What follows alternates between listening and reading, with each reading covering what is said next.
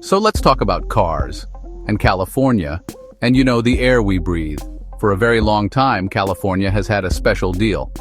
Because the state has historically had some of the worst air pollution in the entire United States, particularly in big cities like Los Angeles, it was given a special power. Under a law called the Clean Air Act, California got a waiver, which is basically a permission slip from the federal government to set its own, tougher rules for car emissions. This wasn't just a small thing, it was a recognition that California's smog problem was so severe that it needed unique, powerful tools to fight it. This has been the case for decades, allowing the Golden State to become a trailblazer in environmental policy. This special power led to some truly ambitious goals. The most famous of these was a plan to completely change the kinds of cars people buy. The state mandated a rapid shift towards electric vehicles, or EVs. The ultimate goal was audacious.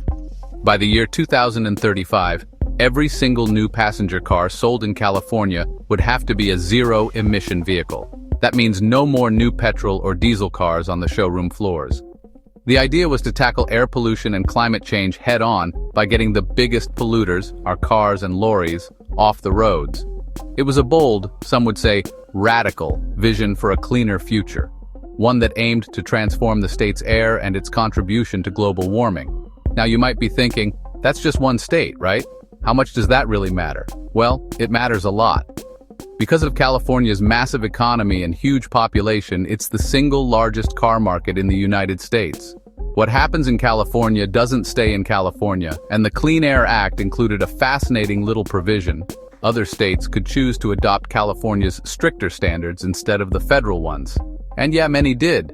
In fact, 17 other states, including places like New York, Massachusetts, and Washington, all signed on to California's EV rules. Together, this coalition of states represents more than a third of the entire American car market, which is a huge deal. This alliance gave California's rules immense power.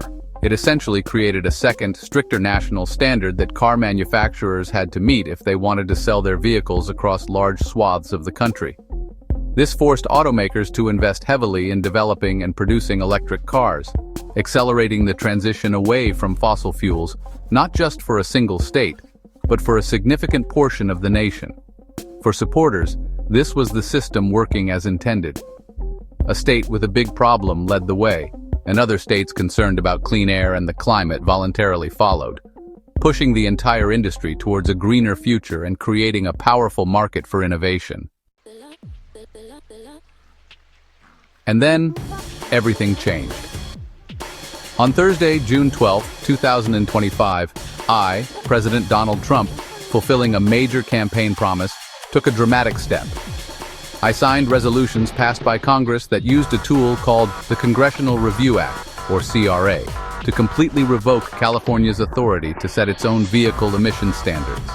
Just like that, the waiver that had given California its unique environmental power for half a century was gone. This wasn't just a tweak or a minor adjustment, it was a fundamental dismantling of the state's environmental policy framework. The move specifically targeted and eliminated the rule mandating all electric new car sales by 2035, as well as separate regulations for zero-emission lorries.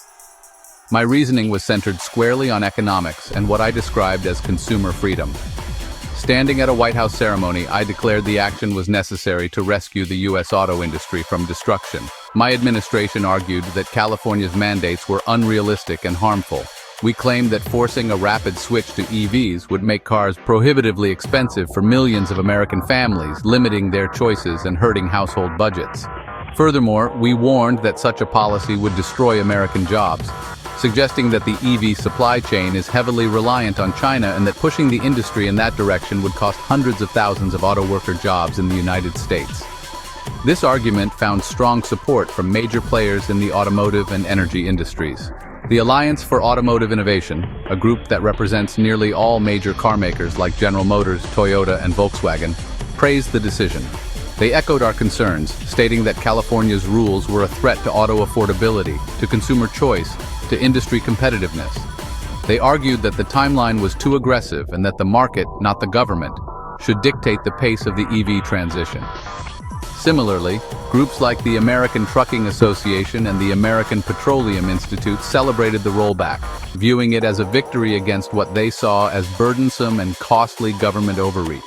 In essence, my administration framed the issue as a choice between two competing visions. On one side was what we portrayed as an out-of-touch, expensive, and job-killing environmental mandate imposed by one state on the rest of the nation. On the other side was our vision of freedom, affordability, and American industrial strength, where consumers and manufacturers are not constrained by what we termed radical green policies.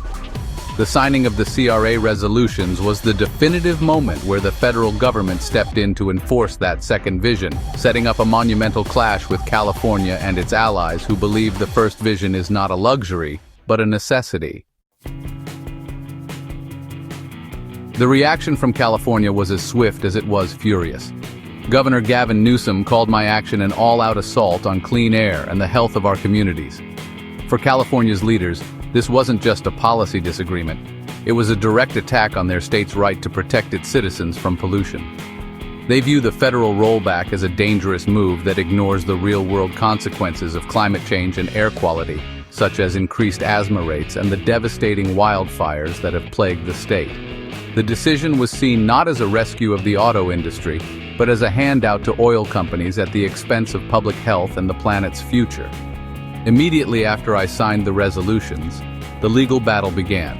California's Attorney General Rob Bonta wasted no time filing a lawsuit in federal court. He wasn't alone. 10 other states that follow California's rules joined the lawsuit, arguing that my use of the Congressional Review Act in this way was unprecedented and illegal.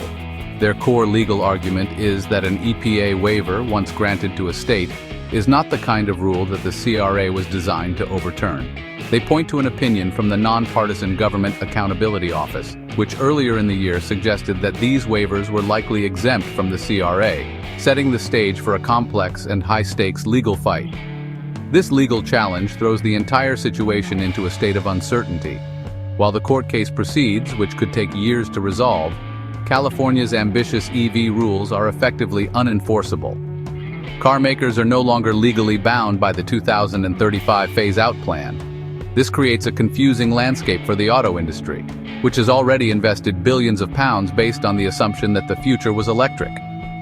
Now they face two conflicting sets of signals, one from a large block of states demanding EVs, and another from the federal government removing that pressure. This regulatory whiplash makes long-term planning incredibly difficult for businesses that need stability and clear rules of the road. This division highlights a deep chasm in American politics and priorities. On one side, you have states, primarily led by Democrats, who believe that climate change is an existential threat that requires aggressive government action, even if it comes with economic costs.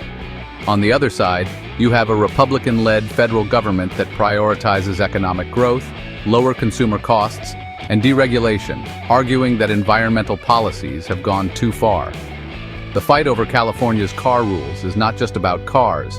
It's a proxy war for the future direction of the country, pitting the urgent calls for environmental action against the powerful appeal of economic populism.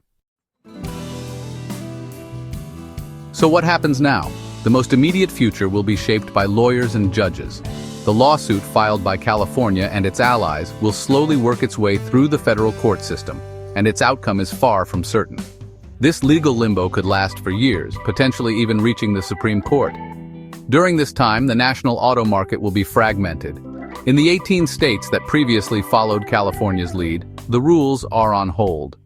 This means that for the foreseeable future, the primary regulations governing vehicle emissions and fuel economy across the entire country will be the less stringent standards set by the federal government, marking a significant pause in the nation's push towards vehicle electrification. Even if California loses the court battle, it is not powerless.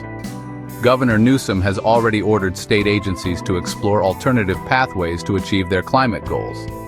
This could involve a variety of creative and potentially controversial strategies. For instance, the state might try to implement stricter local emissions rules on indirect sources of pollution like warehouses and distribution centers, which attract thousands of lorry trips. They could also dramatically increase financial incentives for consumers to buy EVs, pour more money into public transport, or use state contracts and purchasing power to favor zero-emission vehicles. California is determined to find a way forward, even if its most powerful tool has been taken away. However, there is a looming threat. California is still legally required to meet federal air quality standards under the Clean Air Act. If the state fails to reduce its pollution levels without its EV mandate, it could face severe penalties from my administration's EPA. These sanctions could include the withholding of billions of dollars in federal highway funding, a tactic my administration has threatened before. This puts California in a difficult bind. It must clean its air, but its preferred method for doing so has been blocked by the very government that will punish it for failing. It's a political and regulatory catch-22 of epic proportions. Ultimately, this decision sends ripples far beyond the borders of California. It fundamentally alters the trajectory of the American auto industry and the nation's fight against climate change. The rollback slows down the transition to electric vehicles, potentially ceding leadership in green technology to other countries. For consumers, it might mean lower car prices in the short term, but could also lead to higher fuel costs and fewer innovative clean vehicle choices in the long run. The battle over who gets to set the rules for the cars we drive is about more than just cars. It's about the air we breathe, the jobs we have, and the kind of planet we will leave for future generations. And that is a very big deal indeed.